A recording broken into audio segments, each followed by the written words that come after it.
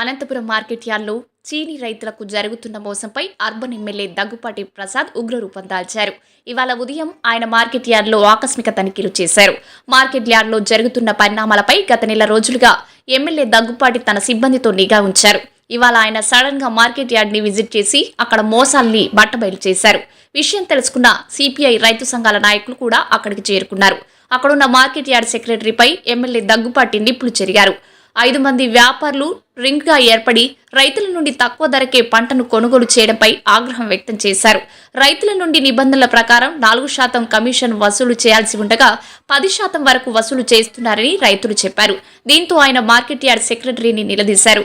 అయితే దీనిపై తనకు సమాచారం లేదని చెప్పగా మార్కెట్ యార్డ్ లో మీరు ఏమైనా గాడిదలు కాస్తున్నారంటూ నిలదీశారు.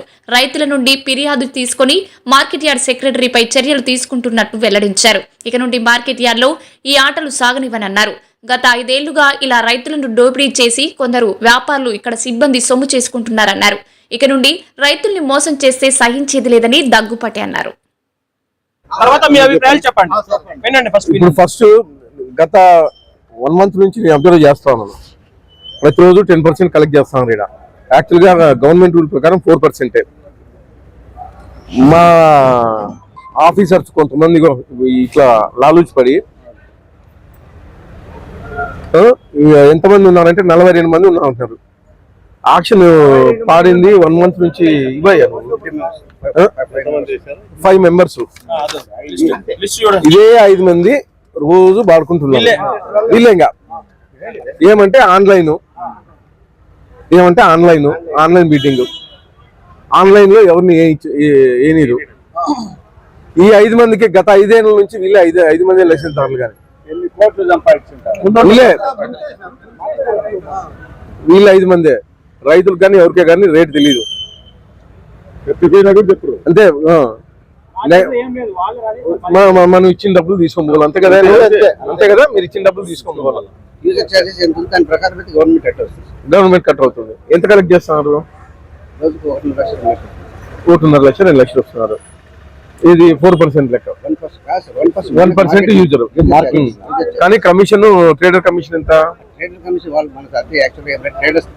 ఎంత నువ్వు ఫిక్స్ చేసినావు? గవర్నమెంట్ ఎంత ఫిక్స్ చేసి 4%. 10% కలెక్ట్ చేస్తున్నారు కదా. ఎప్పుడైనా రైతులతో మాట్లాడావు నువ్వు? ఏమైనా సెక్రటరీ ఏమన్నా మాట్లాడాడు మీతో?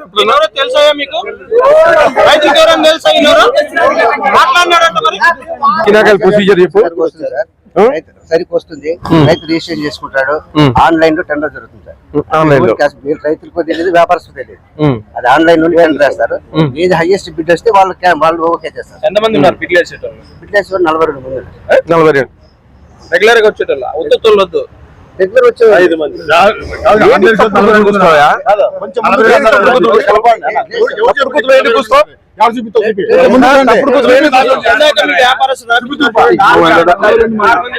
రైతులు కడుపు ఉసురు పోసుకుంటాం.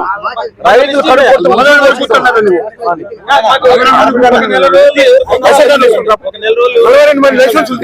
తీసుకో.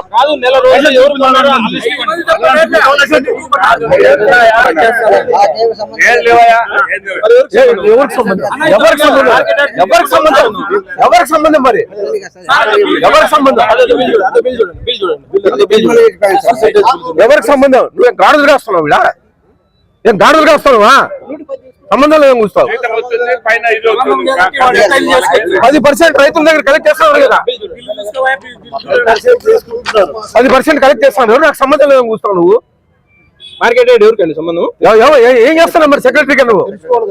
మరి నీకు సంబంధము? 4-5 మందిని పెట్టేసుకుని 5 మంది మాత్రమే ఆక్షన్ అన్నమాట. వేరే వాళ్ళు ఏ రేట్ డిసైడ్ అయితే అదే డిసైడ్ చేశారు. ఇప్పుడు కొత్త లైసెన్స్ ఇస్తాను అంటే ఇంతకుముందు ఏంటంటే ఎవరైనా అప్లై చేస్తే వాళ్ళని ఈయన కొనుక్కొని సెక్రటరీని మేనేజ్ చేసి ఈయన కొని చేసేవాళ్ళు. మళ్ళీ ఇప్పుడు కనీసం 10-15 మంది కొత్త లైసెన్స్లు ఇచ్చి కొత్త లోన్ తీసుకొస్తే ఓపెన్ ఆక్షన్, మీరు అన్నట్లు ఓపెన్ ఆక్షన్ ఇక్కడే వీళ్ళే కాకుండా బయట మార్కెట్ నుంచి వచ్చేవాళ్ళు కానీ, అంటే బయట మార్కెట్లు కానీ వాళ్ళని కానీ తీసుకొస్తాం. ఒకసారి ఆ బయట మార్కెట్ వాళ్ళని కానీ తీసుకొచ్చేసి ఓపెన్ ఆక్షన్ ఇక్కడే పెట్టేసి మీరు అన్నట్లు మాకు కానీ రేటు తెలియాలా, రైతు అక్కడే ఓపెన్ ఆక్షన్ తీసుకొచ్చి చేస్తారు. వీళ్ళు ఏమైపోయిందంటే ఆన్లైన్ లో 5 మందో 6 మందినో 5 మందినో 6 మందినో పెట్టేసి వాళ్ళే ఇంకా రేట్ డిసైడ్ చేసేది. బయట మార్కెట్ లో దాదాపు 50,000 నడుస్తుంది ఇరవై, కానీ మన మార్కెట్ వచ్చేసరికి 25, 26, 25 అంటే 20 నుంచి 25 మధ్యలో